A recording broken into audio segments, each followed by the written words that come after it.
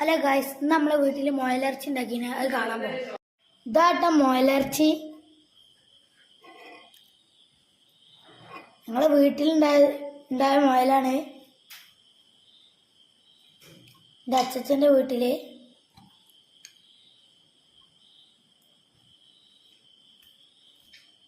ഇന്ന് രാവിലെ പോയാണ്ട് വെട്ടിക്കൊണ്ട മുയലിറച്ചിയാണ്.